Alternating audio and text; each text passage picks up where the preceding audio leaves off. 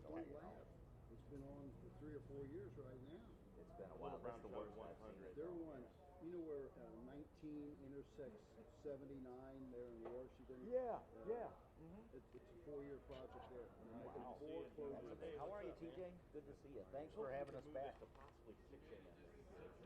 We're here.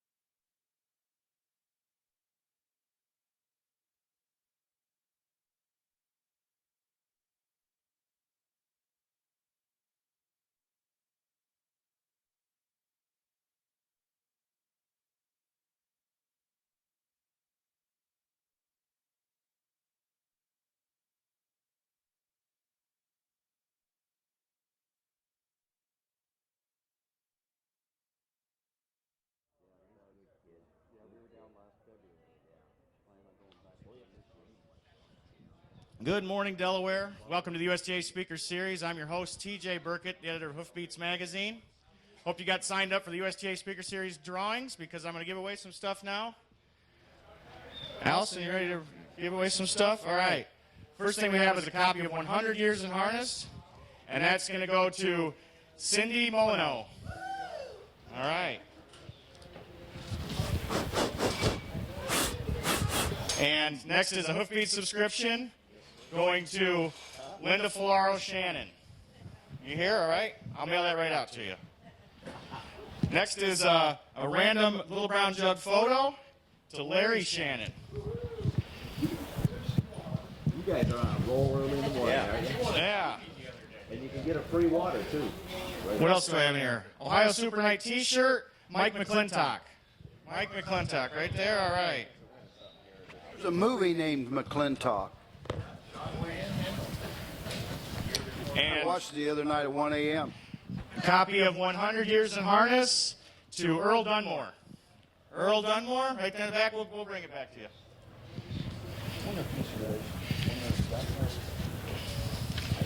And another Hoofbeat subscription to Gordon Douglas. Gordon Douglas, right there. All right. You didn't win a Hoofbeat subscription yesterday, did you? Something else? And one more thing, little brown jug photo to Anita Renwick. All right. Would you mind adding your email address to that for us, please? You can do that. All right, thank you. All right, let's get started. Here we go. It's 8 o'clock or somewhere around there. We have three very distinguished guests backed by popular demand. First of all, we have the voice of the Little Brown Jug and a Communicators Hall of Fame member. Please welcome Roger Houston. He's joined by another Communicators Hall of Famer, the announcer and simulcast director at the Meadowlands Racetrack, pedigree reader, the great voice himself, Sam McKee. And then lastly, we have the general manager of Northfield Park. Not even sure. He's got about 6 titles, and they're doing a great job up there, too. He's also on the simulcast show here at the Little Brown Jug. Ladies and gentlemen, this is Dave Ganconi. Who is not in the Hall of Fame, by the way. But soon. Not even allowed in if I pay admission. Wait a minute, there are a couple Hall of Fames that are considering you, though.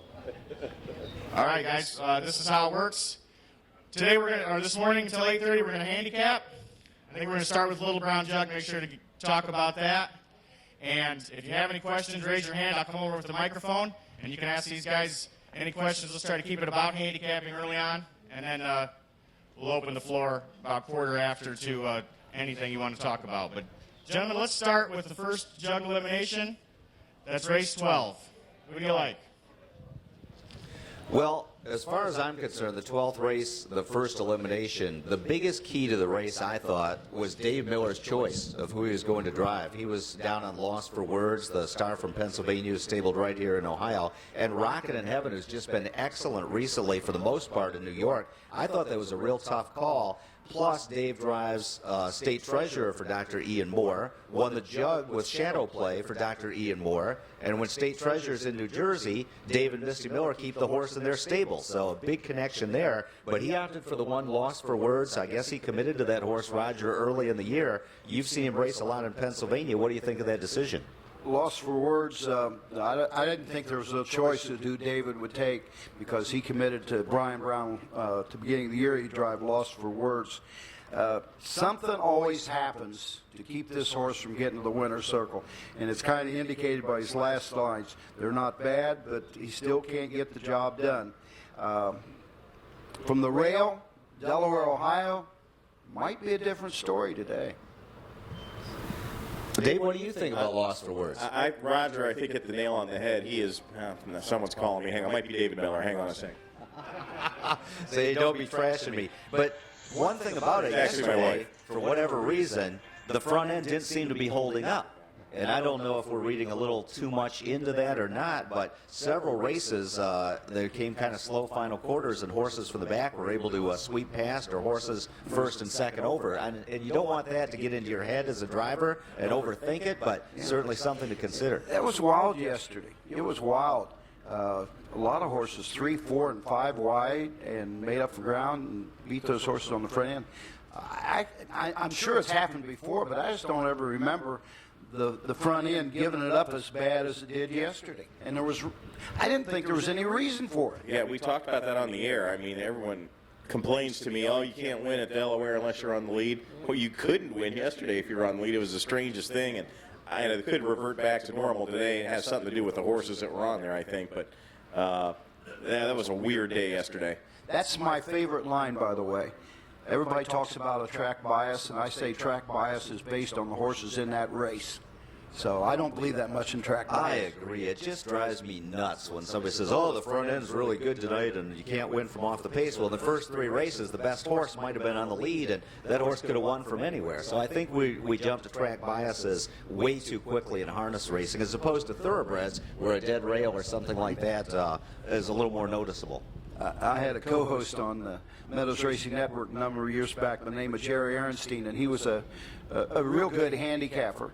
And he was a firm believer in track bias. And as soon as he would say, you got to be on the front end to win, we'd have 5 straight races with a horse coming from off the pace. So track bias. And Roger reminded him about that too, just to keep him in line. So you like Lost for Words, Raj, to win it? No. I like Dude's the Man. Dude's the Man is another horse that has a little problems. Sometimes he jumps over shadows, and sometimes I think he jumps over shadows that aren't there, because it's got in his head.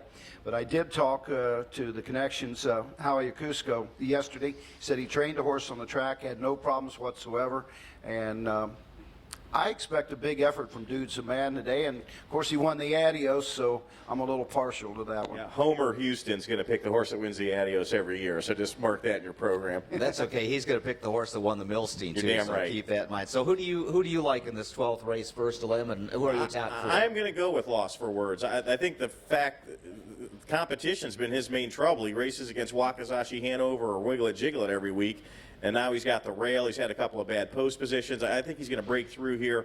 You know, hometown horse for Brian Brown and David Miller. I'm going to go with the 1 on top of 4, Dude's the Man. I put 3, Yankee Bounty third, and the 7, Split the House fourth. 1, 4, 3, 7. Who's your top 4, Raj? 4, 1, 3, 7. Dave and I went to the same school of handicapping. All right, get tied on, because things are about to get Western right now. Because That's what he tells the ladies, too. I like Split the House, the 7 horse. And I know he's 10 to 1 on the morning line, but you see this horse, he is just a gorgeous animal. Some great races up in Ontario earlier.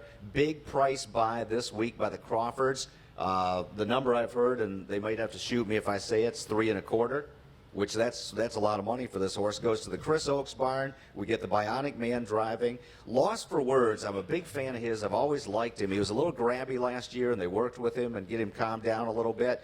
Brian Brown said he's had feet problems. They've had some problems adjusting the Lasix and dosage and that sort of thing. Thinks he's good here. Rockin' in Heaven, I like that horse. I don't know if he can quite step with the best one. Dude's the Man should have won the Messenger. No excuse whatsoever. Revenge Shark, who was in the jug as well, and you know, I don't know if the connections of Revenge Shark are in here, but he was a non-winners of 3 until he won the Messenger. So I was very disappointed in Dude's the Man, and so was Corey Callahan with that effort. He'll need to bounce back, but he's a very fast horse. So I think 1, 2, 4, and 7 are the horses. Split the House is going to be a zillion to 1, and I think he's got a puncher's chance. That's who I like in the first to limb. What do you think of that? Well, we have seen trainer change horses come in here and race well in the past. So first time, you know, off the purchase is a good angle. 7-hole is a rough place to start, but I don't think you're completely nuts like when you picked that maiden trotter yesterday that was 10 years old. That was the Amish horse, and he was 11 with 10 career starts, in case you were wondering. So for me in the first to limb, it's 7, 1, 4, and 2. How about the second to limb? There's a horse I've heard about. They say he's pretty good, Raj. Wiggle It, Jiggle It. Wiggle It, Jiggle It. Let me stop you just what do for you 1 say? second, guys. Any questions about race 12, the first elimination, while you've got these guys here? No? All right. Well, for those of you just joining us, we're here with Roger Houston, Sam McKee, and Dave Bianconi. Be sure to sign up for the USTA Speaker Series prize drawings. Mike in the red shirt has that sign up, so be sure to give us your email address for that. We also have free coffee and cinnamon rolls over here. So let's take it away for race 13, the second jug elimination. There's been no other story like Wiggle It, Jiggle It in harness racing for a number of years. And I actually feel there's probably 3,000, 4,000 people that come to Delaware today just to see Wiggle It, Jiggle It. I hope it's a good race. I hope there's nothing stupid that happens in the race, but you never know. We had one race yesterday that a couple people got into a stupid thing out on the racetrack where neither one of them would give up, and they both finished up the track. I hope nothing stupid happens. If it's a straight horse race, I think Wiggle It, Jiggle It will be the winner. Wiggle It, Jiggle It came to the Meadowlands this winter. I think it was in January. and he was a 3-year-old, and I think he was in the Clyde Hurd series, which was for 3 and 4-year-olds. He was the only 3-year-old in there, and I said, my goodness, George Teague put this horse in the wrong series. And then he won, parked first over, and like 49 and change. I said maybe he put him in the series that he belongs in, and he beat a horse named Better Ever that night. And Better Ever is a really good horse who was actually in some big races up in Canada and got some checks up there and against the free-for-allers. So Wiggle It Jigglet's the real deal. Scary, scary fast, and he ain't pretty. You watch him and he looks like a mud truck churning through a sandbog or something like that, and you think he's going to break at any step, but man, he can just carry the mail. And the Teagues have done a great job with him, and I'm a sentimental guy. And I've known George Teague when he was on top with Rainbow Blue. Then he had a lot of rough years, he and his family, and now they're back on top, and they're still the same people they've always been when they started out racing horses in West Virginia and Virginia at the county fairs. So Wiggle It Jiggle, it's scary fast. I think he's going to win. Art Speak is much better than he was. He had a bad, kind of a dull stretch this summer for him, and he's had a great year, but really didn't live up to the hype off his 2-year-old season. I think he's going to be very good, but honestly, if Art Speak tries to park out Wiggle It Jiggle It, like Roger says, and gets down to the half and 52 and change, it's going to cook him too. And when you're, what's the purse? $677,000 total. You want to get a big chunk of that if you can. So to me, it's Wiggle It Jiggle It. I'll be cheering for him. Unabashedly admitting I'm cheering for the horse. I think he's going to win. I'm at 5-1-4-7 with My Hero Run and Revenge Shark to also make the final. How about you, Dave? Yeah, I am got my cheerleading outfit on as well. That's a scary, scary thought. And are you going to do the Wiggle It Jiggle It if the horse might wins? wiggle it just a little. That's my era. I used to rock out to that. Was that a song? Oh, yeah. Yeah. Really? Yeah. Yep, you'll hear it today. I've never heard it on Willie's Place. When You got to turn to XM Fly, channel 47. he won the Meadowlands Pace, we played it. When he came back to the winner's circle, there was a lot of wiggling it, jiggling it going on out there. I'll tell you one thing. In the qualifier at Harris, Philadelphia, I was told this, and I believe it's 100% true. He was a snake. He was all over the racetrack coming home. Now, what that means, I don't know. But he was darting in, darting out. Maybe he's just having fun and playing. I don't know. Trying to break the draft for the horses behind him. But I'll bet he was snaking fast. Oh, yeah, he was going fast. Don't get me wrong. But I don't think they'd ever seen that from him before. Yeah, there's just something different about this horse. I'm a half-mile track guy from Northfield. He is unbelievable on the half. 149 flat in Harrington and 149 and 3 at Northfield are his half-mile track starts this year. So he is just phenomenal, and I'm really cheering. If it was up to the nicest people would win, these people would win. The Teagues are the nicest people you'll ever meet.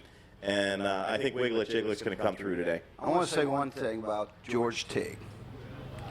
He's a class act, and I'm sorry, owners have the right to race wherever they want to. Trainers have the right to race wherever they want to.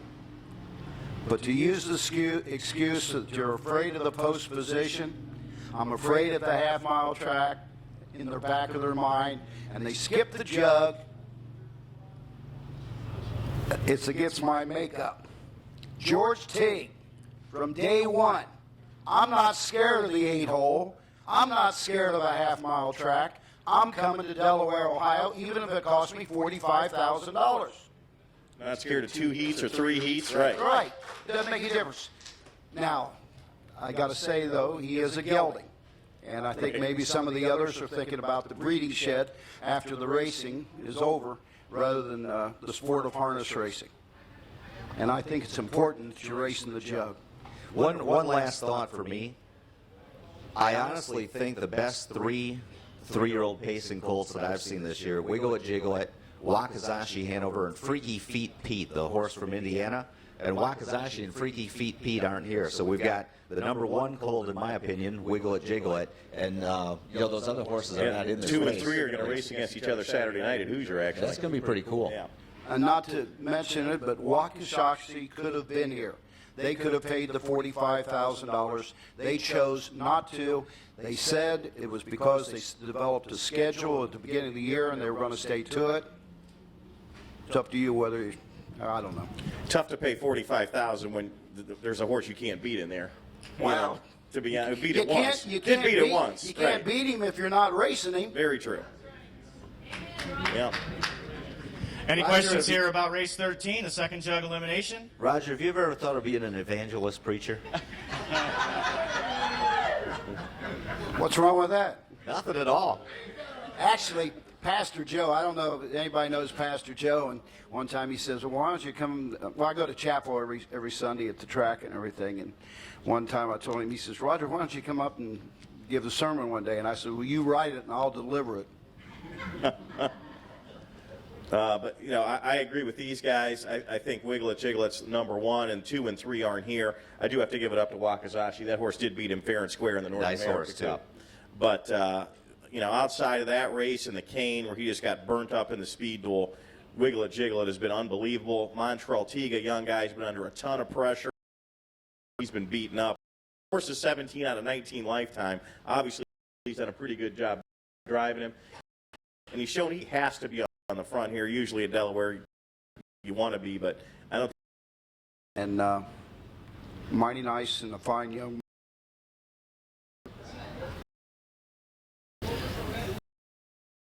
Have winning the jug, and how many heats will it take?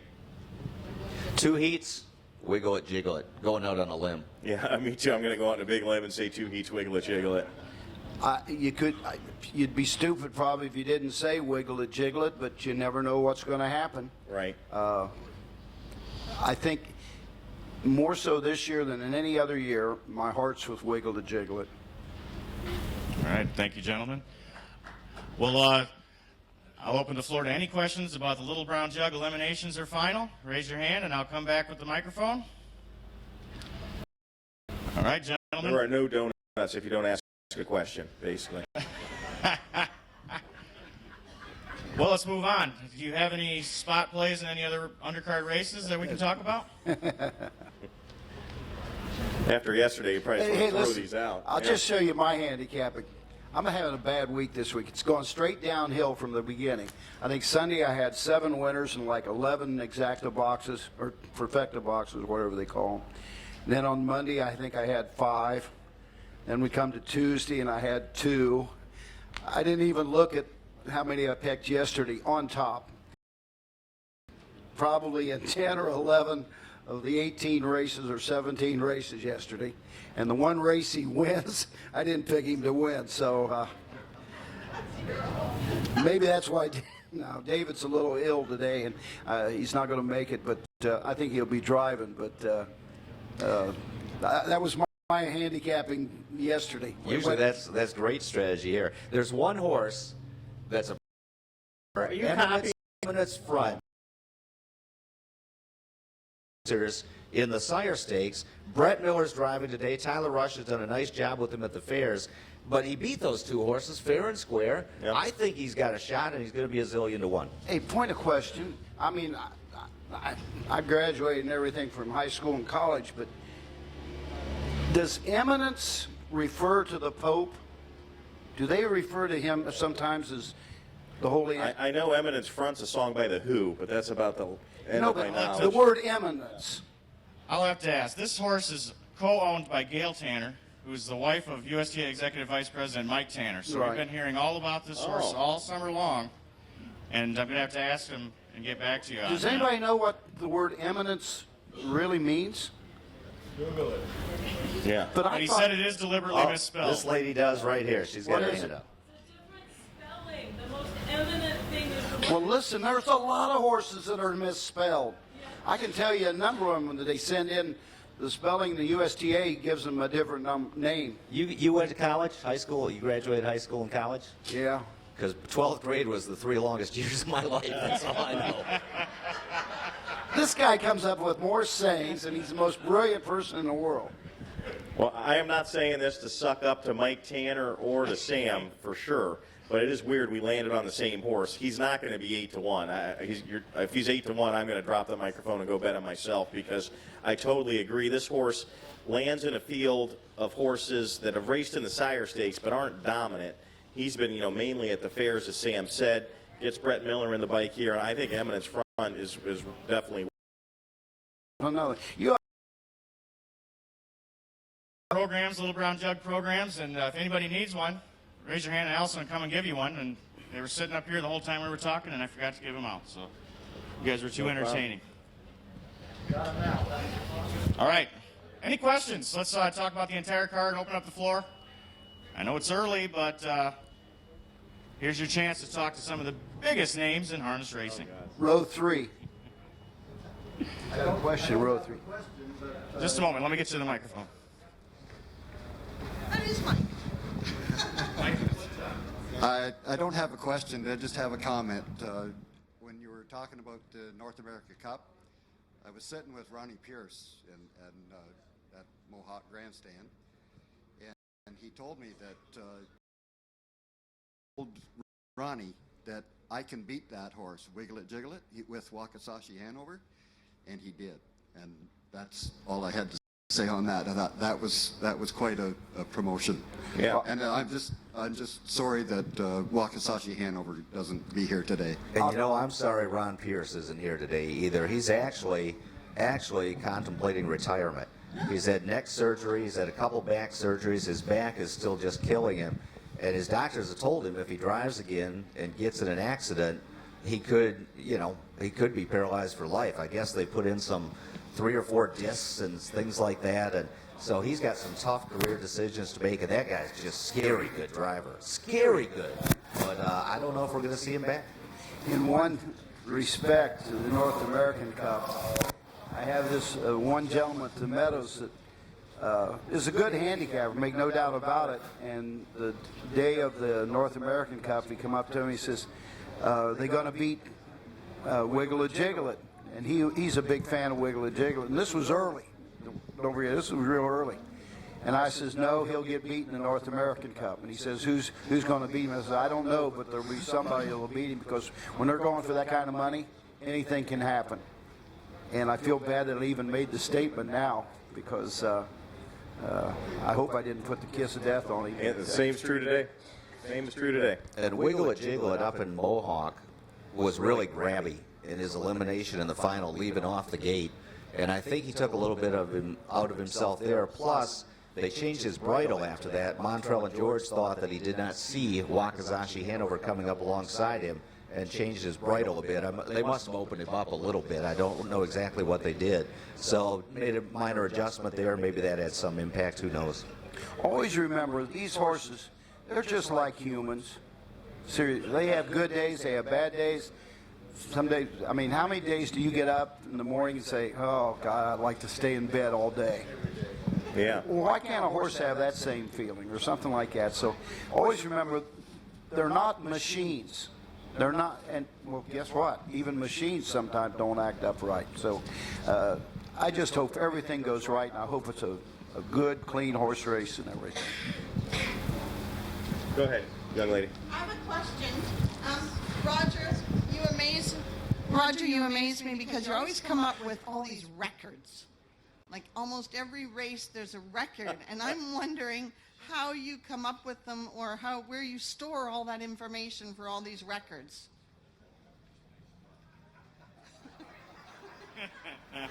Well, believe me when I say it, it's not in my head. My program's marked. Last night, after, well, they had the auction over here, and I think I got back to the room at 9:30. I started handicapping, and I handicapped the races until about 10:30, 11 o'clock. Then I go to my record books, and at the top of the page, I put a lot of things. The first number, let's say the 7th race, 3-year-old colt pace. The Ohio Breeders' Championship Stakes record is 151-3. The track record here for colts is 49-2. The track record for geldings is 149-4. Now I've got a blank line. Somebody tell me, how fast did Wiggle It Jiggle It go at Harrington? 49 flat. And that was the world's record, right, for a gelding? I believe so. I believe so. Now, one thing I did find out, a lot of times, don't get me wrong, I'm not criticizing the USTA, but there's a lot of mistakes in their records. For instance, I found one the other day, and it happened at the Meadows. They had They had Tim Tetrick driving Correcto Mundo world record performance at the Meadows. Tim Tetrick never drove Correcto Mundo in his life. It was Dick Stillings. There's a discrepancy. I think it's in the USTA book. It says that Shell Escape went here in 150. 150 and 3 is what the book said. Well, Jay Wolf tells me, and in his book, it's 150 and 4. So I went with Jay Wolf. I don't know whether that was right or wrong, but somebody needs to double check that race last year and get the correct time on Shell Escape. So that's how I get my stuff. It's out of the Trotting and Pacing Guide. Jay Wolf here at Delaware is a tremendous stats guy. He knows more stats than I do, and he deserves all the credit for me. But I put it in my program. Believe me, I don't remember them. Do you also keep track of how many in a row in Ohio, too? What was it? Do you also keep track of how many in a row in Ohio for each race? I was a little out. I'll tell you one thing. Never take a vacation the week before the Little Brown Jug. I took a vacation, and I was ready to come home after 2 days. I got news for you. Corey Callahan's going to be late. We'll have time to talk. There was something like a horse that won 4 in a row or something here Sunday, and I missed it. So I can miss them. In 1976, when I was 14, I started hanging out at the Meadows, and Roger let me call qualifying races and stay at his house and things like that, and treated me like Don't get me crying. like a second father. So that fall, Roger picks up a side gig. He's the PA announcer for the Pitt Panthers college football team. This was when Tony Dorsett was a running back, and he was still Tony Dorsett. So I went to a game with him, and Roger's reading all these announcements before the game, and it's a world record for PA announcements in a college football game. So he keeps track of that, too. And that was back in '76, I remember that. I never had a spotter in my life for football or basketball or anything like that, but at Pitt they gave me the president of the Golden Panthers to be my spotter and tell me the number or who it was that made the tackles. Then I found out about third or fourth play, the guy was, what's the word, dyslexic or something, he reverses the number. We do have a comment down here. I'd like to get your opinion on how come there's less races, less horses this year. I thought with the money, things were going to be packed this year. They are packed. Remember last year we only had 4 days of racing. So this year there's 5. Well, that's what happens when you have more races.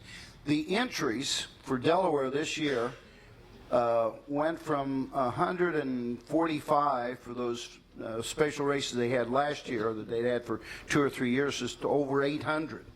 In some classes, overnights and some of the others, it's spread out. The one thing that's bad about harness racing, and I'm going back, elimination races the week before. And there's too much racing in that respect. And somehow they got to get it figured out. But they have to give horses times off. There's one horse in here that's not in here today, in the arsenal. Why isn't he here? Well, Kelvin Harrison told me at Pocono back in July 4th, he says, Roger, I raced the living daylights out of this horse, and here it is July 4th. I got to give you some time off, so we're skipping the adios. We do a very poor job, and I say we, with scheduling, national scheduling. A Rock and Roll Dance, when he was a 3-year-old, raced 9 straight weeks, paced under 150 in every single start, and shipped back to Ohio between every single start. If that doesn't take something out of a horse, nothing will. And the scheduling, the Adios, the Meadowlands Pace, the Cane, the Hempt, all those races, the big races during the summer, North America Cup, you got to be on your toes for about 6-7 weeks in a row, and horses just can't handle that with the speeds we're going today, in my opinion. And I want to throw in, which is worse? 10 straight weeks, or taking a breather for a week and going 2 heats the next week? I think you're better off taking the breather and going 2 heats the next week. We'll be sure to ask George Teague that question when he comes at 9:30 for the Speaker Series. But from a business point of view, Yeah. from a pure gambling perspective, heats are a stone cold killer because so much money is bet through the ADWs and the computer arbitrage players, and they don't have the data to put into their system. And like the Hamiltonian second heat, a lot of ADWs didn't even offer wagering on it. It kills you. from a wagering perspective and a business perspective. Now, the Jug is not just about wagering. It's an event. It's the Daytona 500. It's the Kentucky Derby, and it's great tradition. But from a pure business point for a pari-mutuel track, heats are the worst thing possible. And I'm director of racing at Northfield, so I know a little bit about, stakes races. And unfortunately, you get what you get. If 12 enter, that's 2 6-horse fields. I can't go out and call 5 guys and say, hey, how about entering? It's going to be a short field, blah, blah, blah. You're just not allowed to do that. So just bad luck to some degree. If you get 12 or 13, that's 2 6s or a 6 and a 7, when you'd have rather had only like 9 or 10 and had one big field. So, but the overnights are a little short. I do agree. It is unfortunate because you see Northfield, I like to have 9 in every race if possible. And one thought about the entries here, we're seeing a huge uptick in the number of Ohio breds. There's a lot more 2-year-olds than 3-year-olds, and next year will be even bigger. So I think you'll see more horses here. Plus, the purses at the pari-mutuel tracks are so high. Why skip a week? People used to just come to race at Delaware just to be here, and there wasn't a big differential in the purses. But with the slot-infused purses, you almost hate to miss a start where you might be going for 8,000 or 9,000 somewhere versus 1,500 here. In yesterday's Little Brown Jug Society meeting, the discussion was centered on shall there be supplemental payments for the Jugette. And in part of the discussion, one of the major problems that people are faced with here, and even at any Grand Circuit event or anything, is the sire stake program in each individual state. In Ohio, they went for $225,000. In Pennsylvania, $350,000. They got consolations for $50,000 and $60,000. There's so much money out there for individual states, it makes it very tough to get horses to go to certain races. They want to stay in their own state. And make a ton of money doing it. And from a scheduling point of view, the Yonkers Trot and the Messenger at Yonkers, Pennsylvania Sire Stakes 3-year-old finals at Pocono, and the Metro and She's a Great Lady at Mohawk were all on the same night. And how can you really focus attention on your big races in the sport when you're splitting it up like that? That's like having, 3 playoff games at the same time in the NFL. And there's got to be a solution. There really does. I don't know what it is, but we need some governing body or somebody with the authority to take control of it and sort this thing out, I believe. Hey, That'll never happen. I'm down there in Florida. Hey, I'm down there in Florida at the meetings with the race secretaries, and it's hard. What makes it hard is the elimination races because they waste 2 weeks. They waste 2 weeks. And plus, everybody wants to have their, the northern tracks. You don't want to have your big races in the summer. You don't want to have your big race in December. One other thing that has been discussing of late is you pay your money to get into a race and stake your horse and everything, limiting to the top 8 or 10 money winners. That's what I do. And is that fair? Well, it is if you're Bob Key. The races, the Matron Stakes at Dover last year, he put everything that he nominated in there because he knew they wouldn't get in. He'd get his nominated fees back, so worked out pretty good. By the way, I take back what I said about Corey Callahan being late, TJ. Is that because he's here? He's in the building. Uh-oh. Right. In the building. All And- right. He really did, he said some other things, but we won't tell you. Can I say one thing about Corey Callahan? Yes, you You may. can before we say wrap anything up? you want about Corey. No, He he's, drives dudes the man. He's a University of Kentucky graduate, and my daughter graduated from there, so I paid enough tuition to be a fan as well. And for full disclosure, he's a good friend of mine. But when he stayed at my house, he drank all my beer, ate all my potato chips, and the next morning when it was time to clean stalls, couldn't find him. So keep that in mind. So thanks so much for your time, guys. Corey Callahan will be our next guest. We're going to take about a 10-minute break. Yeah, he's eating three of those bear Yeah, claws. we're going to let Corey have 3 bear claws and 3 cups of coffee before we put him on. Thank you. David Miller is a late scratch sick today. Be sure to sign up for the USTA prize drawings. Mike in the red shirt back there has the sign-ups for that. I'm giving away a whole box full of stuff. I want And- to emphasize, though, he's scratched sick from the seminar. He's not scratched from driving. I don't want Yes, anybody to he think he's didn't not call driving. off any of his drives. The He just driving called off pays of better than the seminar, just a little bit. And thanks everybody for coming. I mean, you guys are what makes harness racing, and appreciate all the support and all the interest in the Little Brown Jug. It's really a cool deal. So thanks for coming. And believe me when I tell you, all 3 of us would have been here if it had been a 2-hour seminar because we love talking to Well, you. we love having you guys. Let's have a big hand for Roger Houston, Sam McKee, and Dave Bianconi.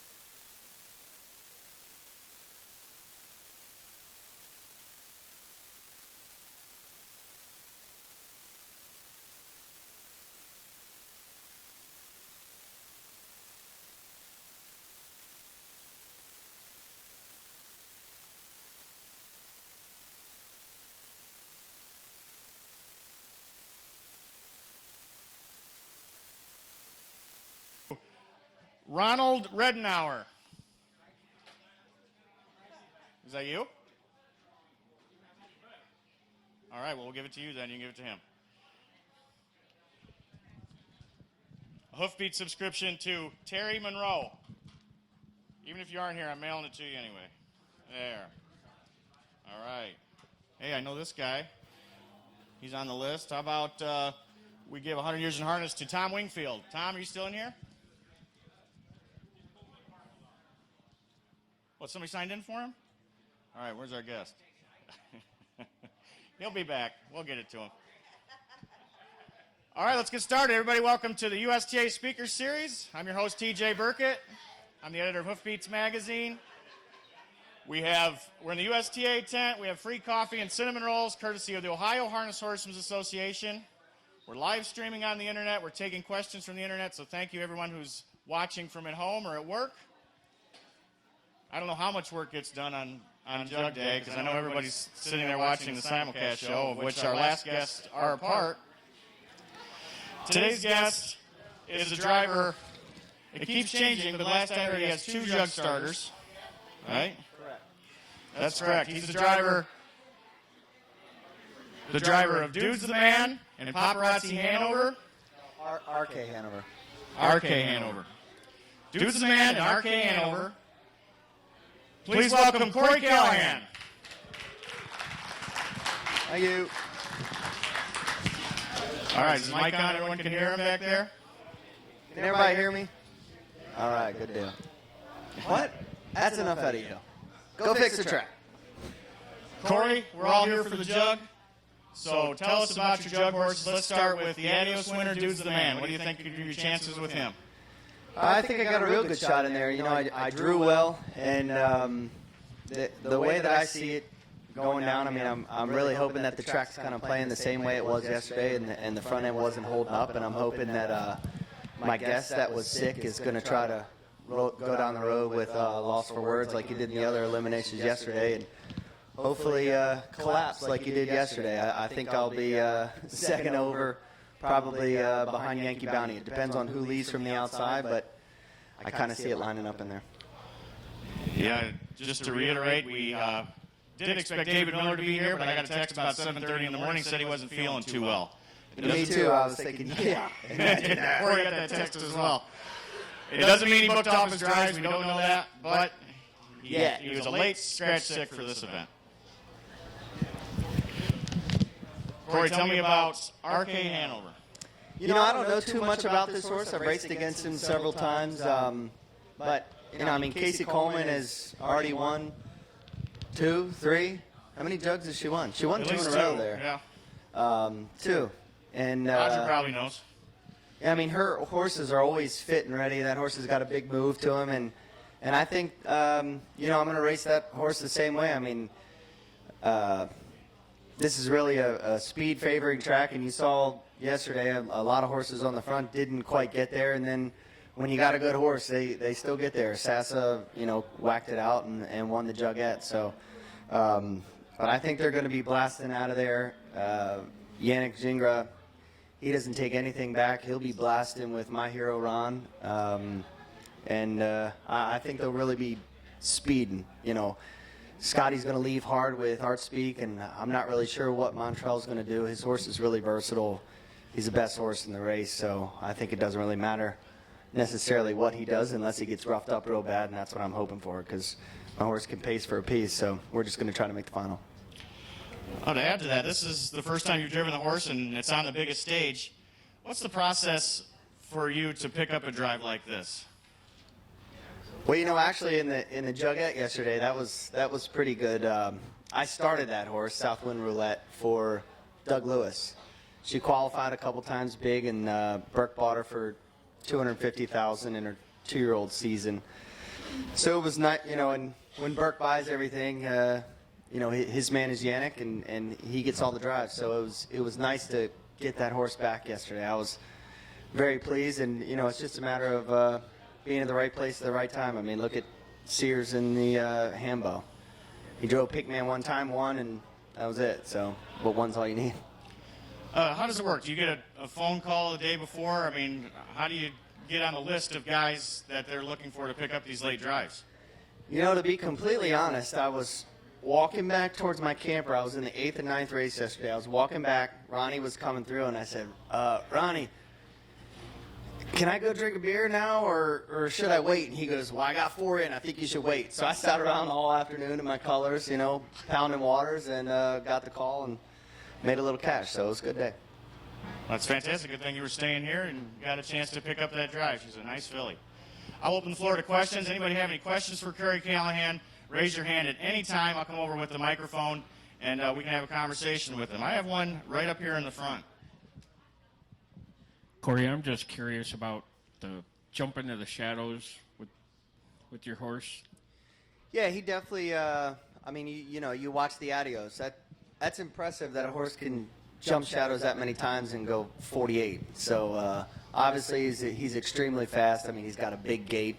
I don't see any problem with the shadows here today. You know, there's one in the last turn there, late in the day, like probably around the final. But other than that, I don't see any problems at all. There might be some shadows from the other horses, you know, at certain points in the track. But, you know, if need be, I'll just steer out around him. He doesn't really care that much about a shadow. Like, say if there's a big shadow from the grandstand or something like that, or even another horse. He's not really worried about that. It's the long poles. And at the Meadows, I mean, their surface is very light. So, you know, in the midday, the shadows were, I mean, it looked like a hole in the track. You know, it's just one big ditch. And, you know, there's people just walk across the sidewalk. They don't want to step on a crack, you know. And that's kind of how he was. But he's fast. Like I said, he can jump the shadows and still go. But I don't think we'll have a problem with shadows today. And that's Dude's the man we're talking about. Like Roger and Sam and Dave mentioned, he has a problem with shadows. Is he wearing a shadow roll or a shady daisy or anything today? I don't know. I just saw his trainer walk in. What are we wearing today? Probably a Pelling pacifier. Oh, that guy won a lot of jugs. Yeah, that'll work. We'll use that. For those of us that don't know, can you explain what a Pelling pacifier is? Yeah, so a Pelling pacifier is it's a hood, and it's got goggles in it that has like little screens. So it just kind of blocks things a little bit. It's almost like wearing sunglasses, I guess. All right, any other comments or questions or anything from the audience? Corey, tell us. You know it. We should have won the other day. That was heartbreaking. Ever since I first went to Lexington in 1996, we have yet to beat Florida, and I think it goes back much farther than that. I thought this was our year, but we didn't quite get there. But we did storm the field last year when we beat South Carolina, and then we went to South Carolina this year and beat them, so that was fun. I know you guys really get to, you know, in Ohio, you guys have a real football team, but we're working on it. We're working on it. Let's talk a little bit more about that, Corey. You went to the University of Kentucky, played hockey there, and really didn't become a driver on the biggest stage until really late compared to other drivers. What happened? How did you become a driver? Yeah, I was 25, actually. I was working at a company called Spherion, a professional recruiting firm. I worked in their accounting and finance division, placing anywhere from, you know, a bookkeeper. Hey, kitty. That's not black. Thank you. Thank God you guys don't have black cats around here. I live with a black cat, by the way, so that was my wife's idea. We can't get rid of it now. But I owned a couple horses with my dad, you know, just kind of on the side. And our deal was, if any of you guys are owners, you know how much bills cost. And our deals were I had to go and paddock the horse every time that the horse was in. That was my bill, which is pretty cheap. You think a paddock at the time was about $40, so it was costing me about $40 a week for him to train this horse for me. But he wasn't feeling well that night, and he said, "You got to do me a favor." He said, "Can you go out here and warm this horse up for me?" And I was like, "Do what? Like to the bike?" And he says, "Yeah." Well, I guess. I mean, and, I was kind of nervous. I had only been in a race bike probably one other time. And he said, I want you to go out there and I want you to go 1 mile in 25. I said, okay, sure, no problem. I go out there. I'm coming by the half, and he's out there with his hands up. Slow down! I think I went in about 8 probably. But the horse won that night. And, I'm telling my dad, like, got my chest all out. I said, yeah, I'm busting him loose for you. You've been going too slow with him. Is it okay? So, I don't know. I just, that was kind of it. I guess it kind of got me that one little time of warming up, sparked my interest. And they had a fair. We have a fair in Maryland called the Pocomoke Fair. And I signed up for that. You didn't have to have any experience whatsoever. What a gong show this is. I mean, you just put your name down and show up. So I'd never been behind the gate, never done anything like that. And I won that race in 2:15. And 2 weeks later, I quit my job. I told my dad, I said, I think I'm going to maybe try to get my qualifying license, and we'll see what happens. And that was in 2005. And I think in 2007, maybe in like 2007, I won like 500 some races that year. So it was a quick turn. Well, how do you go from just getting your license to 2 years later winning 500 races? How do you pick up so many drives? My dad wouldn't let me drive anything at all. I mean, we on a Monday night, like, he would have Sears or Dave come down and drive everything, and I was the warm-up man. But my 6th lifetime win, we had a horse that was racing at Rosecroft, and my dad was driving it. He went off the chalk 3 weeks in a row and got beat. And he told me, he said, you know what? He said, I'm going to let you try that horse this week. Well, I drove him. He set a track record 50-4. And he's standing. Did you get to drive the next week? Yeah, he's standing in the winner's circle, and he's like, "Well, how did you do that?"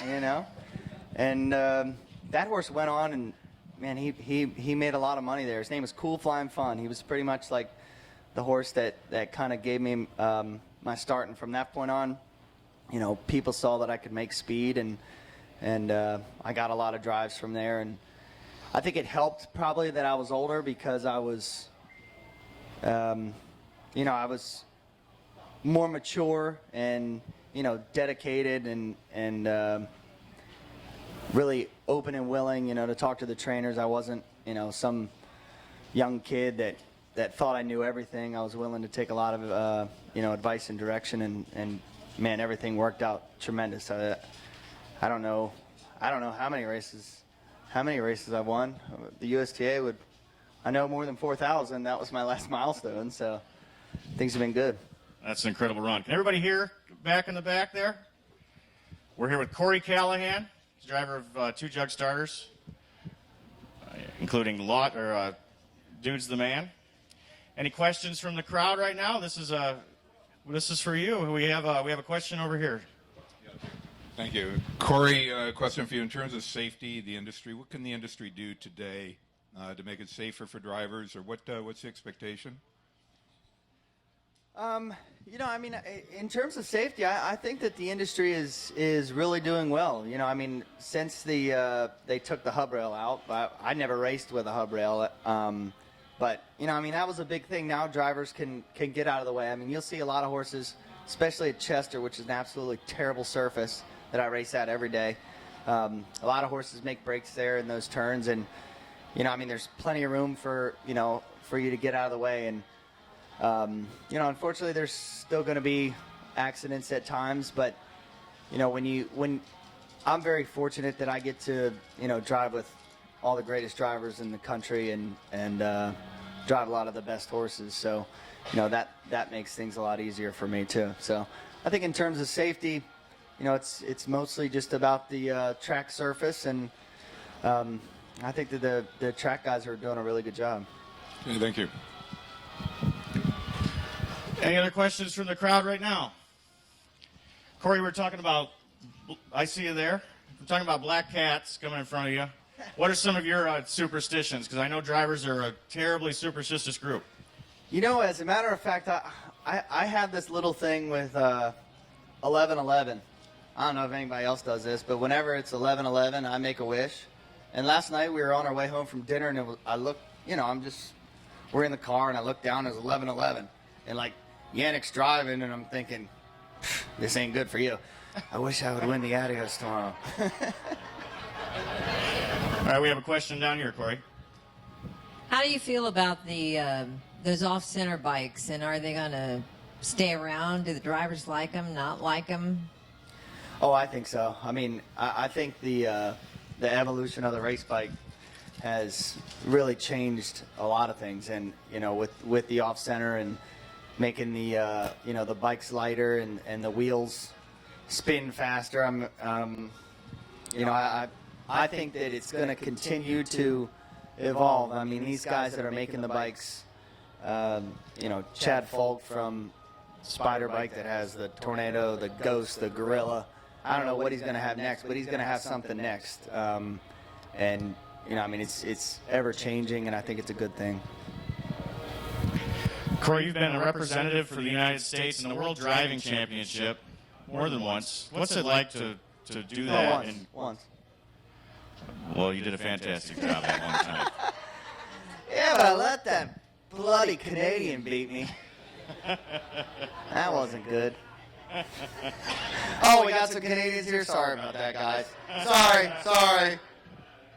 Yeah, we all love Jody. Sorry. What was it like to represent the United States in that event? It was a lot of fun. I mean, you know, I thoroughly enjoyed it. I mean, I can't say enough how fortunate I've been and to have some of the opportunities that I've had, and that was really fun. I wish I'd had some better horses to drive. I mean, you would think we're hosting it. You would think they could work something out. I mean, look, Brian Brown has nothing outside the 3-hole here. So, you know, you would think that the hometown would have some kind of advantage, but man, I had every bad horse there was to drive, and still finished second somehow. I got lucky. I was on that, you know, it was like the tortoise and the hare, and I was the tortoise. I just sat the wood, let all those other guys make some mistakes, and just got as many points as possible. And when I had to go, I'd race it. So it worked out good. I think I only won like 2 races and still finished second. But. We have a question down here. Power. One more question. Yes. Would you rather follow the rail horse or have the outside 8-hole? It depends on your horse.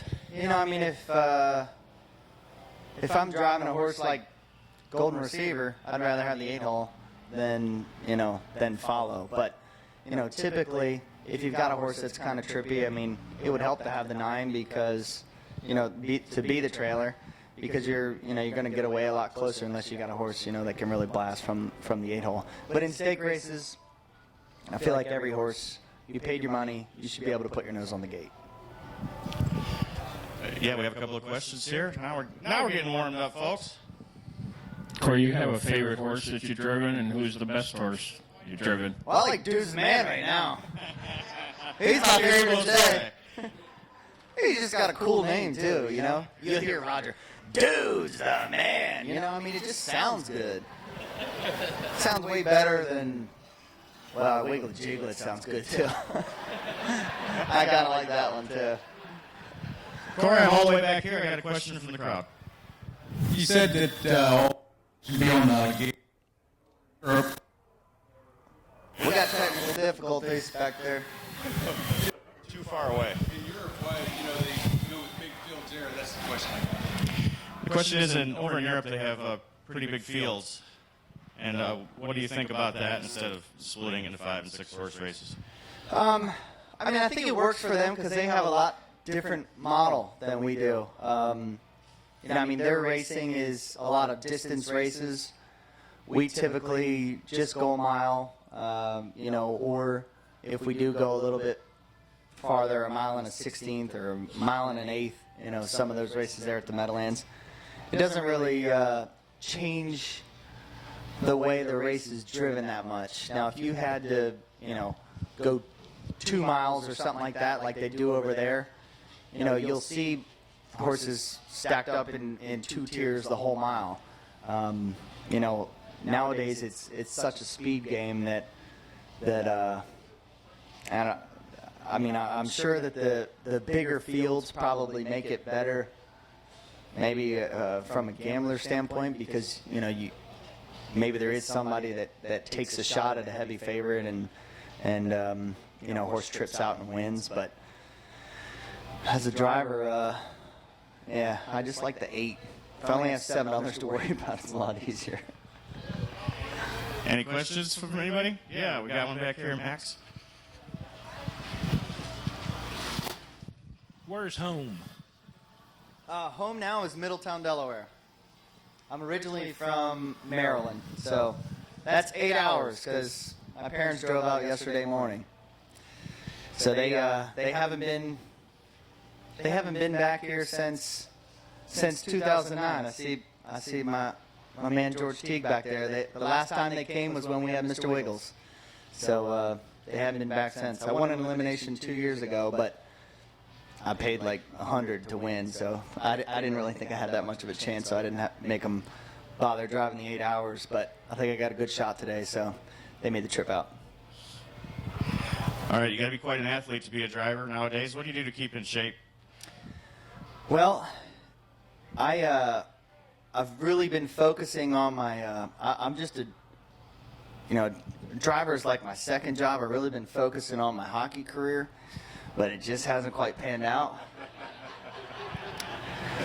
And now my hockey career has ended up in we play games at about 9:30 at night, and then I have to drive some days, which is really messing me up with my training and everything. But you can do what you got to do, I guess.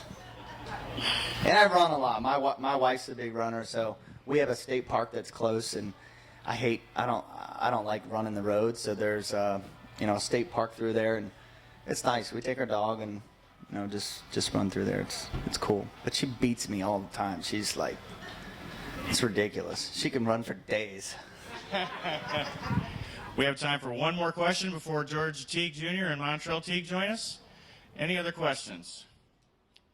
All right.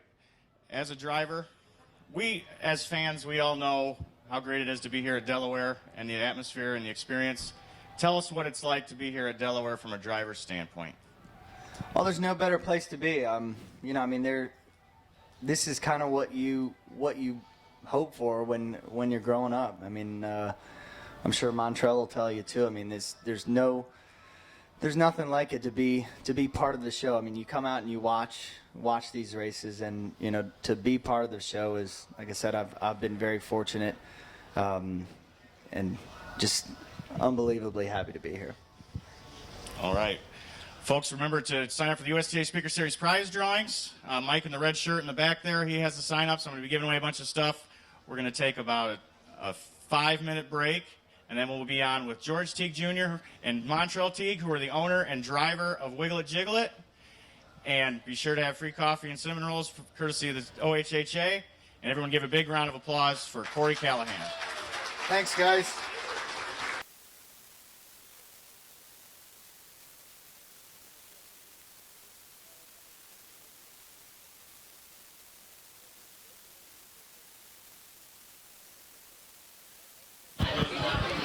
Just.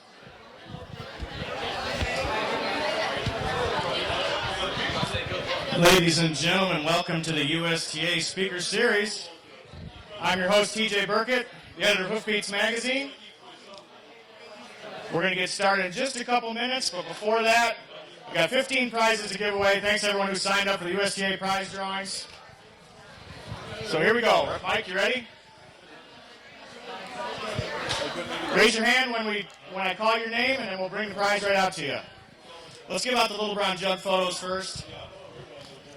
Tim Stevens, Little Brown Jug photo for Tim Stevens. Tim Stevens, raise your hand. No? Little Brown Jug photo for Daryl Collins. I'm in an old stack. Little brown jug photo for Tammy Jackson. All right, let's get some people that are here. Yes? All right. Little brown jug photo for Dave Thompson. Dave Thompson, all right. Little brown jug photo for Rocky Brenner. Rocky Brenner, there he is. Little brown jug photo for Judy Cartmall. Yes, right there, right here. One more photo. Little brown jug photo for Al Carroll. Al Carroll. Faith McPhee. Right here in the middle. All right, 100 years in harness. Got 10 of these to give out. Judy LeDrew. Judy LeDrew right there. All right. Phil Cunningham. Phil Cunningham, are you still here? That was early this morning. Rick LeMasters. Rick LeMasters, no? Fine. 100 years in harness to Robin Roll. Man, oh man. Paul Stroh. Paul Stroh, 100 years in harness. Robert Shade. Did they just eat and run? Byron Kent. Wow. Here, I got one.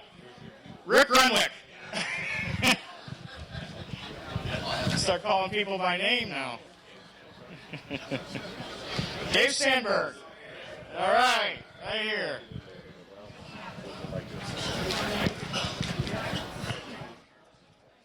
Pardon? Give him one. Randy Ridgway. Randy Ridgway, no. How about Len Singer? Len Singer? Give it to him. I know, I can't even get rid of this stuff. George Harrington, are you here? Yeah, there you go. Tim Stevens, are you here? Yes. One more. One more. Linda Smith. Is that really you? Yes, all right. I swear it wasn't rigged.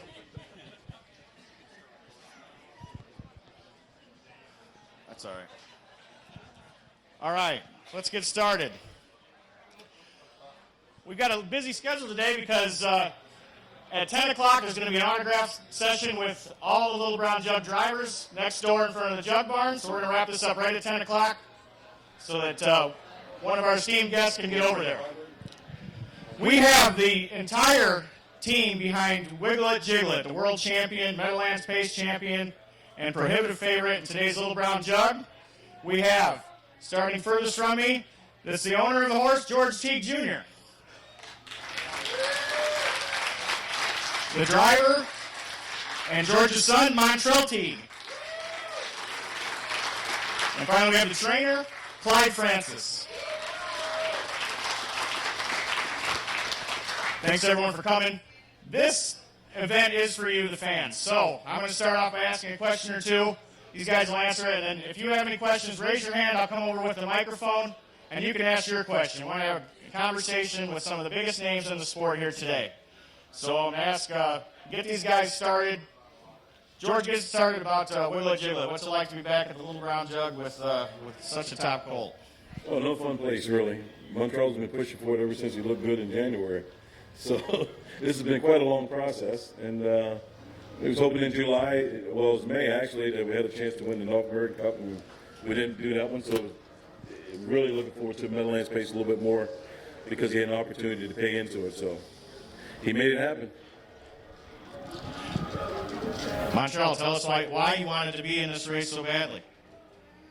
Just the environment around here and everything like that. It's so much fun, and to win this race, I mean, you go on the board and the log cabin and everything like that, and you get remembered. So it's a prestigious race that I want to win.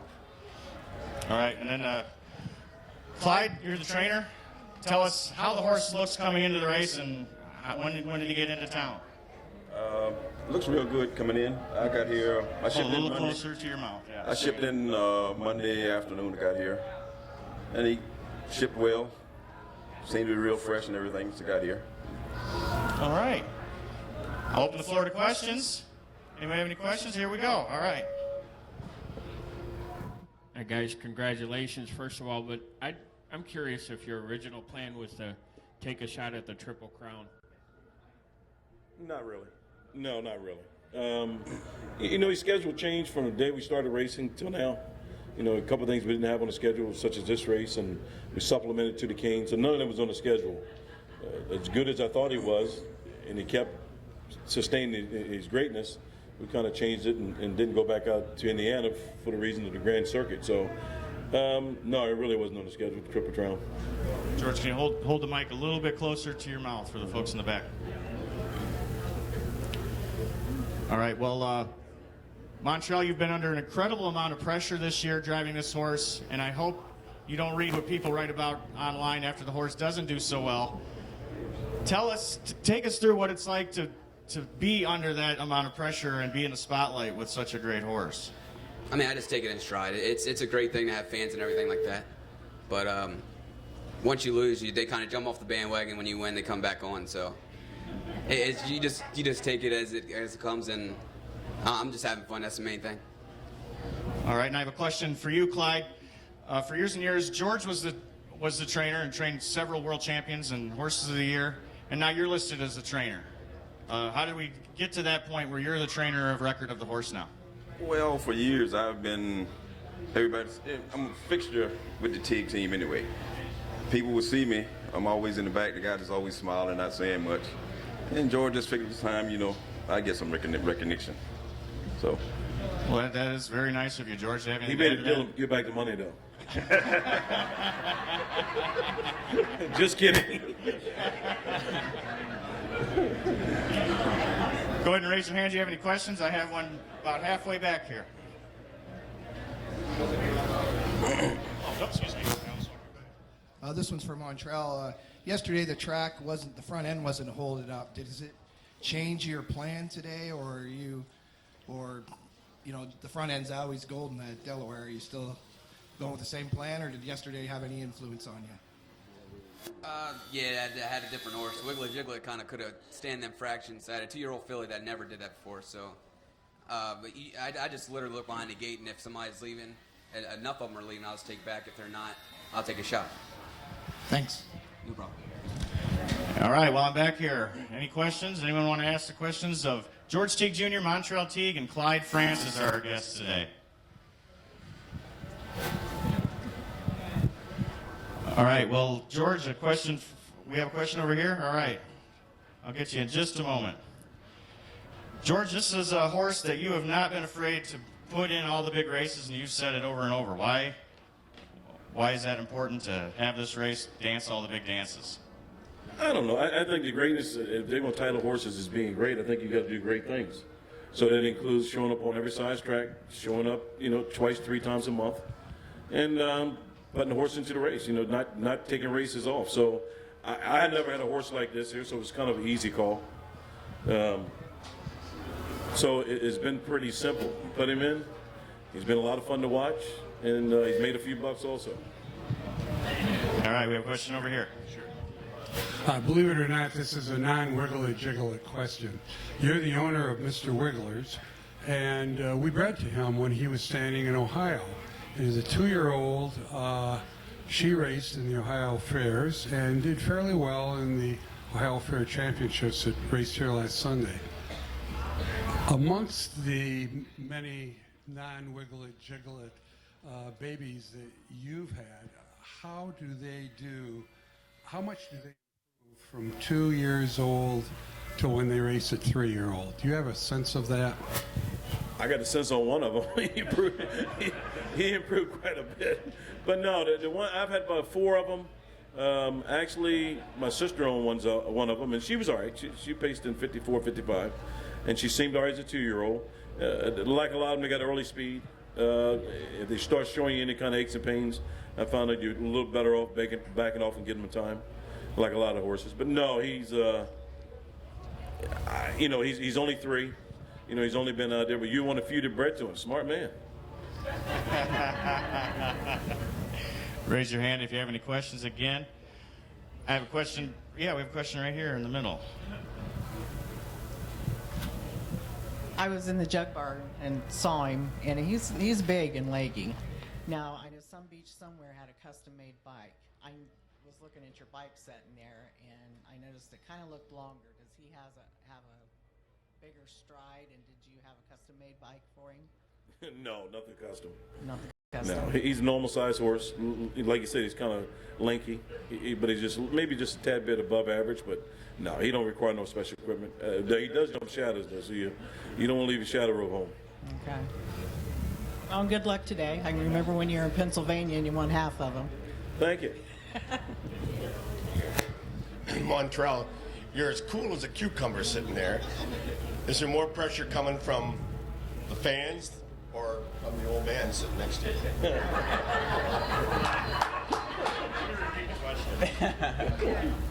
The question was, is there more pressure on Montrell coming from the fans or coming from, quote, his old man?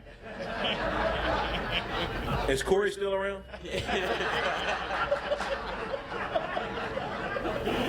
I don't think I'm going Corey to get answered into that one better than Montrell, probably. No, he doesn't say much.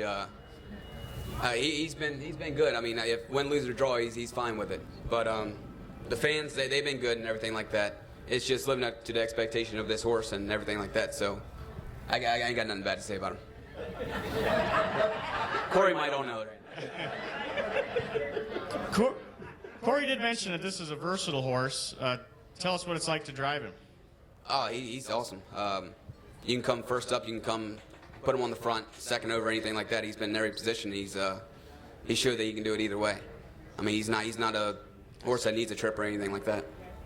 All right, right here in the front. I wonder why the horse only had one start as a 2-year-old. He had a little bit of soreness. I mean, doing a little bit of acupuncture to his back, and that seems to be helping him at this point. But he kind of flipped over one day. I wanted to train him early, real early, one of the first few times that Hobb was on. And Clyde kind of thought that was it later on because he was trying to figure out why he was staying so sore in his back. So evidently he probably torn a muscle in his back. And really, we trained him down, knew he was very talented probably around April, kind of shut him down. Then we started him back up and got to a certain point, and he was very similar where he was when we had stopped with him, so we just shut him down for the season. He came back really good.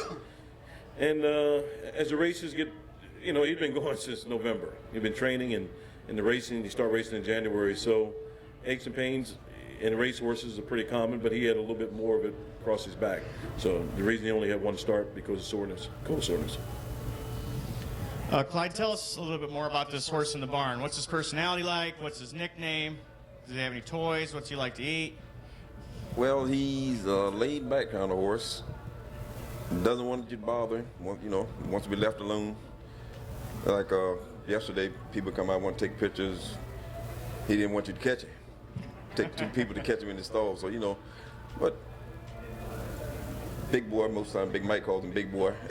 Big boy. All right. So, but other than that, he's a nice horse. All right, raise your hand if you have any questions. We got a packed house. Yeah, right here. Yes, just what's maybe the next few races for Wiggle It Jiggle It? Or is there a plan, or is he staked to the Red Mile or Breeders' Crown, or? No, neither one. The Red Mile supplement's a little too high for me to pay. Once I can get him alone from Montrell. And the other part, same thing with the Breeders' Crown. Is not eligible either, really. So I think you can supplement to that. It's a little bit more reasonable. I'll open the floor again. We might have worn out talking about Wiggle It Jiggle It. We got a question up here in the front. For any of you, where do you see the main competition in your heat race and in the race off, assuming you make it, of course? You line them up behind the gate in the little brown jug. All 6 of the other ones are going to be competition. Archbeak's got the rail. I still got a lot of respect for him. Great horse. My hero, Ron, got the inside of him. I think he got the 4-hole. I think it's a very competitive race. I ain't, you don't go into any of these races kind of taking them like for granted. So, but Montreal can answer better than I can. I'm not overlooking anybody either. I mean, they made it here for a reason, and we did too. We had a supplement; they were already also eligible. They were already eligible, so I'm not overlooking anybody.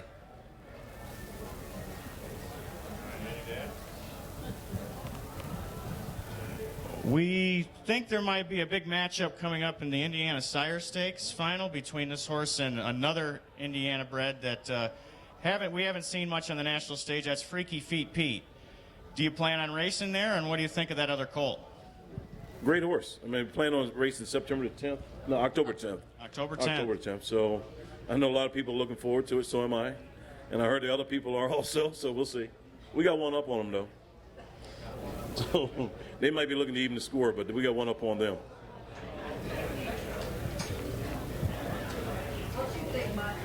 Yeah, what do you think about that, Montreal? I'm excited. I mean, it's going to be we got pretty much a friendly rivalry out there, so we're going to have a rematch. And they had they only had 2 starts or something like that. We were racing everything like that, so I don't know. I'm excited. George, you've always been known as somebody who would buy a middle-priced or lower-priced yearling and make them into a champion instead of going high dollar, even after you were really successful. What was the reason for doing that throughout your career? You got to figure out a way to try to make a profit, which, like everybody's probably in this room, got some affiliation with horses.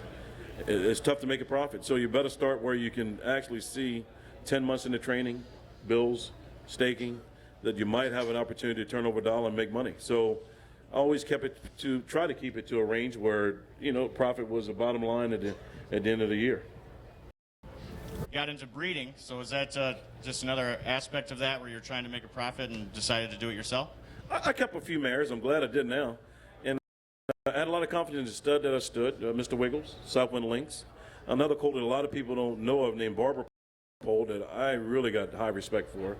And actually got a few other ones. So keeping a few brood mares, about 20, and having about 5 stallions to breed. Enjoyed a little bit more because I got to stud into mares. So this one here has been a lot of fun just for that reason. Montreal driving, Clyde training. So it's the happiest time of my life in the horse business.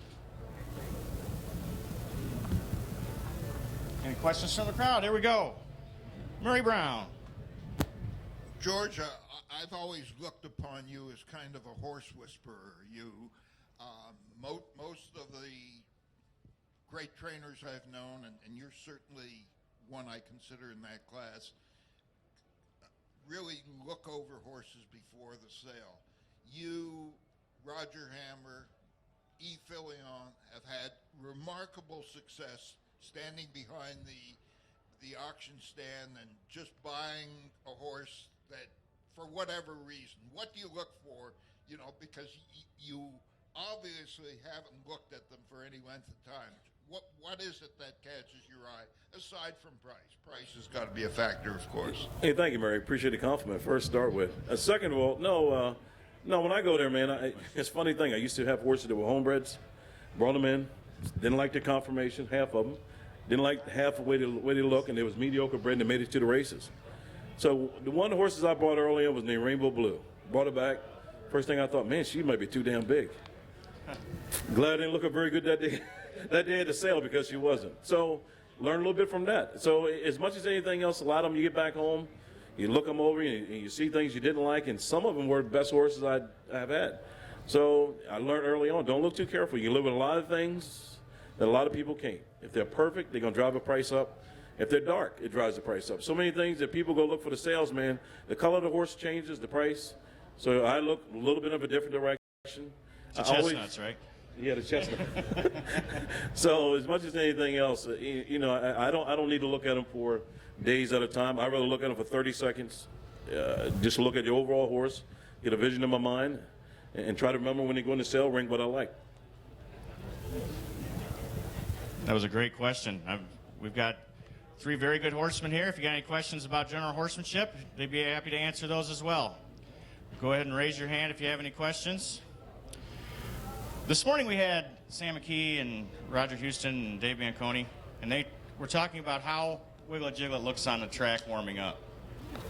He didn't look very good. Tell me about this. Whose opinion is that now? All right, let's say that. Some say he doesn't have a very good way of going. How does he put it all together when the race starts? Man, I love the way he goes. I don't know what them guys looking at. I love the way he goes, man. Clyde, what do you think? Looks good to me. No, he does have a little back issues. And then he went to Northfield, man. He wasn't pretty. And Montreal called me up and said, Pop, I don't know what's going on here. He ain't very good tonight. So the only thing I told him is just he'll warm up out of it, man. Just tap him on the ass, get his mind back in the game, and he'll go. So, and he did. Scored him down. 2 different horses. He went at 49, 3.5 in the wraps. So he has a high tendency to throw away pain like a lot of horses won't do. And no joke about it. He does have the aches and pains. Yeah, can you add to that, Montreal? Take us to that night at Northfield Park there in the Milstein. Oh yeah, warming him up. We galloped him the first lap, and then we brought him back in and went a trip. In the trip, we left everything off, the head poles and everything like that, so he didn't look good at all. Yeah. So after that, I called Dad. He didn't pick up, and then the vet came to me, one of the vets, and he's like, "Does he always look like that?" Yeah, he'll be fine. He'll be fine. Don't worry about that. I called Dad. I said, "We got a little problem." The vet already came to me. He said, "Don't worry about that." But once I put him on the gate, he just throws everything away like a Class A horse. Clyde, when you're in the barn with him, what do you do to hold him together? What's the secret? Well, I spend a lot of time in the stall with him, rubbing, Hold a little closer to your mouth. Oh, I spend a lot of time in the stall with him, working on him, But they come through, George said this is our lottery ticket, way back, and pay a lot of close attention to him. Yeah. But it's been fun. Yes, he has. It seems to be paying off. Any questions from the audience?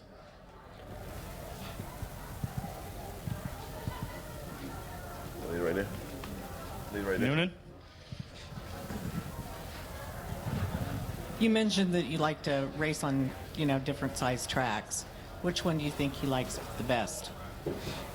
I don't know. When you win 17 or 18 out of 19 or 20, every race, he goes on the racetrack. He does some pretty amazing thing, pretty in the competition, really. So I don't think good horses, great horses don't take the track. He's a prime example of it. Half. I think he raced on a quarter-mile track. He had to. Yeah, you have 18 starts. This horse raced all winter long, while the rest of the colts were down, probably living it up down in Florida. How do you keep a horse together? This is 10 months now he's been racing. How do you keep him together so long? You got a real good groom, Big Mike. Clyde helps him groom him. And them guys do a wonderful job. I very rarely look in on him. I jog him a lot. I train him a lot. But as far as the grooming goes, man, it's strictly left up to Clyde. Clyde's the #1 guy, and I can't express to you what he means to the horse, what he means to me. Big Mike, same way. Big Mike does a wonderful job. Half time I have to run away from the stall where you stand there and look at him half the damn day. So, but no, them the guys get the credit. I'm not taking too much credit for him because, I couldn't ask for a better guy, which is like a brother to me sitting over there. He does a wonderful job taking care of him, and I can't express better news than that. Wiggle Jiggle, it's also a gelding, so it means you're probably going to keep him on the track as long as you can, right? And how often and where he races. In my mind, it would never made a difference. I would have been here today if he was a stud. I would have raced every race I was in because I believe that's what great horses are made of. I don't believe great horses should be picking their spot and saying, I'm going to go here because of certain reasons. Like I said, if he drove the 8-hole today, he was going to race. He wasn't going to take back last and go around the racetrack. When he hits the racetrack, he's there to race. So, no, it wasn't one of my smarter decisions to castrate him either. So, otherwise, man, I would like to see him as a stud. So, I've been kicking myself in the butt a while for that one. Yeah, luckily you have his sire, and he's coming here to Ohio. He's at Sugar Valley Farms now. Tell us about that, and tell us about the resurgence of Ohio racing and breeding. Great, man. You guys in Ohio got it going on. Mr. Wiggles, I thought he would do more in the breeding shed. Right today, he's only got 21 foals in the 4 years he's been bred. So I just hope he gets his support. I think he's got a chance to be a good stallion. And I always say greatness comes with opportunity. If he gets the opportunity, I think he would definitely show more than one Mr. Wiggles. And he had another colt win out the other day in 53-4. That was a nice colt. So I think he's going to help Ohio, and Ohio is going to help him. Any questions? We have one from the live stream. Allison? Going back to Mr. Wiggles, that was a horse that he was a really good racehorse, had a lot of bad luck. He's done really well with a small group of mares in Ohio and Indiana and made racehorses. What was it about him that translated in the breeding shed? What qualities did he pass on? You know, he just missed Adios for, he got beat by a real good horse, but missed it by a nose. And he missed out on a couple big races. I think he won the elimination of the Breeders' Crown. I think he won an elimination of the North American Cup. So normal horses just don't win them kind of races. And he wasn't normal. He was a real good horse. And he went to Hoosier Cup, took him to Indiana, and about 10 people bred to him, which I don't get, but, you know, that's the breeding business. You know, if he gets a chance, and he got a chance, you know, I supported him with a handful of mares. And they made it to the race. He's got a real good percentage, and I think with his speed, you know, he had a little quirks about him. He liked to jump stuff like his son does, but he was a nice horse, a real nice horse, tough as nails. All right, Montreal, we haven't heard from you in a while. A lot of drivers are on social media. Tell us about your involvement in social media and its importance for being a star in the sport. Yeah, I've been asked about Twitter already, and haven't been on it yet. I mean, I haven't figured it out. I've been on Facebook, slowly kind of getting off of it, but I think I should get back on and kind of post a little bit more and just get everybody involved and let them know what we're doing. Okay, any questions? Murray? Yeah, he'll come up with a good question. I got in here kind of late, so I don't know if maybe this question's asked before. But at what point did you figure that this was truly a great horse? Last year, you know what I mean? Clyde actually, you know, I kind of felt it, knew it. He was training with the other ones, and he just was three things about him that, you know, a lot of good horses I've had him, but not to the extent he had him. Huge set of lungs. The horse can go 1.5 miles. Second thing, very intelligent. You can leave 6 times, take him off with 2 fingers. He'll never run over top of a horse in front of him. And the third thing is, you know, he's very, very smart. You know, great lungs, smart, and just a high rate of speed. So he always showed them 3 qualities. I had trained him at home on my farm track in like 58 before I even qualified him. And I had some good horses trained over there in 59, and it was about all and I was pulling them up going at 58. So kind of got the idea that he was great then. And every time he hit the racetrack, man, he's never disappointed. I go out and train him right today, and he just awes me because just normal training for him is like, man, does he get over the ground so much easier than anything I had.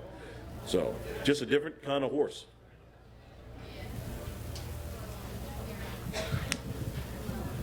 How do you guys feel about racing more than once today? I don't mind it. I mean, you know, a lot of people complain about it. I raced in this race a few times. I didn't see where it hurt any of the horses I raced in it before. I never won it. You know, I did have a win in elimination in the second in the final, but they bounced back around. I didn't see anything that made any difference to the horse. I think it's more of a people problem than it is a horse problem. Clyde, that's a great question for you, too. What do you do to take care of that horse between heats, then? Well, try not to let him get too cold in between the 2 races. You try to keep him warm with what a bit of a muscle problem he has, and hopefully his temperature will be not too hot and not too cool today where he'll cool off too quick. And I think he'll be all right. Yeah, it's not gonna be too hot today. Does that make things easier for you to keep him warm between the races? I think it will a little bit, because I can put the blankets on him, you know, help keep him. Where if it's hot, you can't put much on him because he'll overheat. Okay, I have a question right here. What about Rainbow Blue? What's she doing? He'll produce the mare. I sold her a few years back. She's still a brood mare. Yep, ain't much else for her to do. Yeah, let's talk more about Rainbow Blue. She was really the horse that put you on the map, if I'm not mistaken, the 2004 Horse of the Year. 3-year-old pacing filly winning Horse of the Year. What do you got to do to be the best horse as a 3-year-old pacing filly? I don't know. I think this horse has done quite a bit. I don't really understand the question. The question just talk to us about that year that she was Horse of the Year. You know, what was it like to have a Horse of the Year season? Oh no, she was amazing. I mean, she was the female type to him, very similar. Great set of lungs, high speed. She was a mare that was built like a stud. I mean, she just had an awesome frame, way bigger than a normal horse, and another one could get around any size track. She wasn't eligible to the Jugat, and there wasn't no supplement back then, or else she would have been here. But it was such a nice horse. You know, she done what she done. You know, on the Hambo day, you know, I think she saw the guy in the car, you know, sitting there, or something distracted her, and that was the only blemish. But the other 20 races were huge. All right. Any other questions from the audience? Remember that Montreal will be over with the rest of the jug drivers at the Little Brown Jug Driver autograph session in front of the jug barn.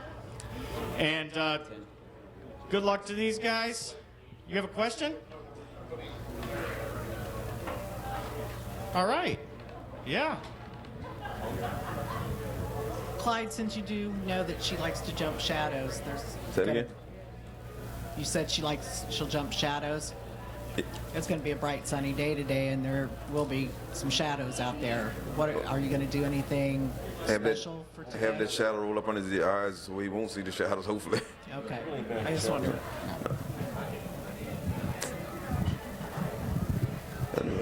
Okay, any other questions? Raise your hand high. I missed that last one. All right, good luck today. You guys have a great colt. Hope to see you in the winner's circle here, perhaps. How about a big round of applause for George Teague, Montreal Teague, and the crowd? Thank you. Thank you, everyone, for coming out. I hope you have a wonderful day here at Delaware.